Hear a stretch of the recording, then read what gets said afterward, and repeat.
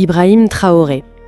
C'est un nom qui marque les esprits, un dirigeant avec un style très, très sobre, presque austère on pourrait dire. Oui, c'est vrai. Mais voilà, derrière l'uniforme, l'homme, qui est-il vraiment? Sa vie personnelle, elle reste remarquablement opaque. Un vrai mystère. Absolument. Et beaucoup cherchent à comprendre, à percer ce mystère. C'est un peu ce qu'on va essayer de faire aujourd'hui, soulever un petit coin du voile. Exactement. On va explorer un peu ce qui se dit, ce qui circule sur son épouse, ses enfants, son entourage proche. Mais attention, hein! Ah oui, il faut être très clair. On se base sur des échos, des récits qui circulent, parfois ils sont très détaillés, mais souvent contradictoires. Et puis, surtout, généralement invérifiables. Donc l'objectif, c'est plus de présenter ces différentes versions. C'est ça. Cartographier un peu les rumeurs, les rares infos dispo, sans aucune prétention de détenir la vérité. Surtout avec un personnage aussi discret. C'est vrai que ça détonne fortement. On est loin des premières dames sous les projecteurs ou des photos de famille présidentielles qu'on voit parfois. Ah oui, rien à voir. Chez lui, rien de tout ça. Même son investiture, c'était la simplicité même. Pourquoi un tel secret, d'après vous? Il y a plusieurs pistes qui sont évoquées pour expliquer cette réserve. La plus évidente, c'est la sécurité, bien sûr. Oui, logique. Dans un Burkina Faso qui traverse une période très compliquée, marquée par l'insécurité, protéger sa famille, ça semblerait normal. Bien sûr. Mais ça pourrait aussi être un choix personnel, très affirmé du couple. Une frontière vraiment stricte entre la fonction publique et la sphère privée. Mais une séparation nette. Voilà. Certains y voient même une stratégie de communication. Et même ici, on met l'accent sur la mission, le redressement du pays, pas sur l'individu. D'accord. Et puis, il ne faut pas oublier non plus le poids des traditions sahéliennes.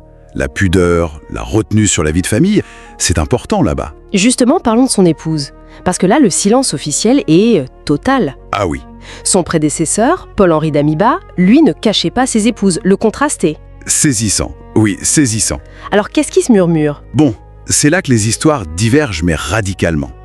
D'un côté, on entend juste qu'il serait marié, voilà, épaulé par une femme très discrète qui préfère rester dans l'ombre.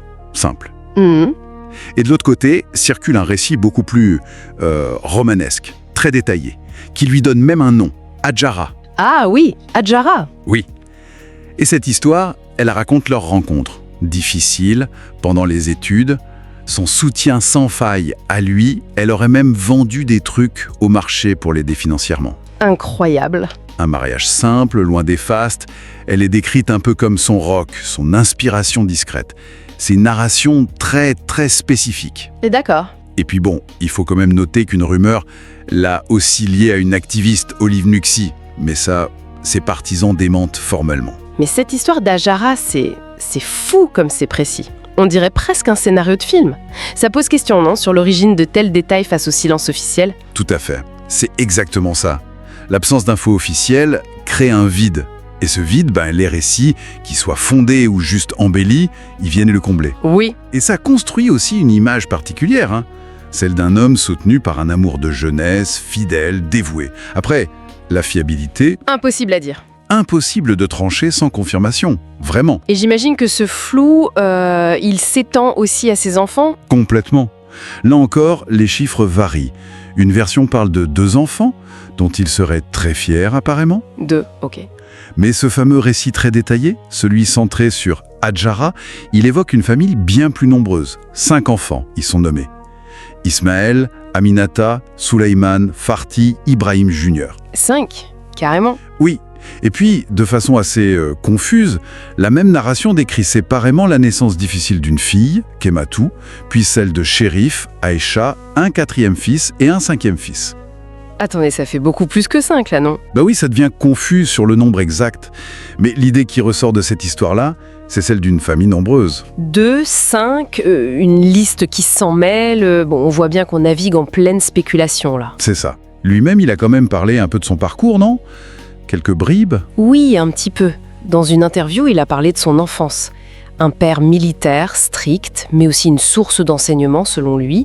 Une mère qui, au début, ne voulait pas qu'il fasse carrière dans l'armée. Ah, d'accord. Il a dit être parti de chez lui assez jeune, vers 14 ans, et avoir connu des conditions matérielles difficiles. Il raconte avoir marché 7 km tous les jours pour aller au lycée, parfois avec un seul repas par jour. Waouh! Mais il insiste surtout sur sa détermination, sa concentration sur ses études malgré tout ça. Et cette histoire très détaillée qui circule, là, celle d'Ajara et des enfants, qu'est-ce qu'elle dit de sa vision de la famille au-delà du nombre? Alors, ce récit spécifique aborde aussi la question de la polygamie.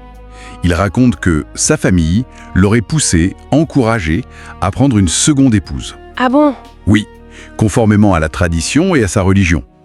Et, toujours selon cette version, il aurait refusé catégoriquement, par loyauté envers Ajara. D'accord. Il aurait dit qu'il ne pourrait jamais la trahir et qu'une telle décision ne pourrait venir que d'elle, de son accord à elle. Une position forte si c'est vrai. Oui, et la même narration prétend qu'après la naissance de leur dernier enfant, le 5e donc, dans cette version, il aurait décidé de s'arrêter là, ne plus avoir d'autres enfants pour mieux se consacrer à leur éducation et à sa tâche à la tête du pays. Bon, si on essaye de rassembler un peu tout ça, on a le portrait d'un chef d'État qui semble totalement investi dans sa mission Oui, focalisé. et qui garde sa vie privée vraiment sous cloche. Et autour de ce silence officiel, on a une multitude de récits, parfois très précis mais contradictoires, et surtout invérifiables, sur son épouse, ses enfants. C'est ça. Sa simplicité affichée publiquement, en tout cas, elle colle bien avec cette volonté de discrétion extrême.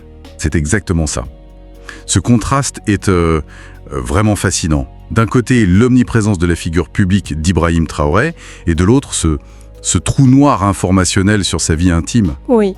Et il faut vraiment garder à l'esprit que tout ce qu'on vient d'évoquer, ça provient de ces différentes histoires qui circulent, sans qu'on puisse aujourd'hui les confirmer ou les infirmer formellement. C'est important de le souligner. Absolument. Et ça nous laisse peut-être avec une question ou une interrogation pour finir. Pour un dirigeant aujourd'hui, un tel niveau de secret, est-ce que c'est avant tout une carapace, une protection pour sa concentration, sa sécurité, une marque de force finalement?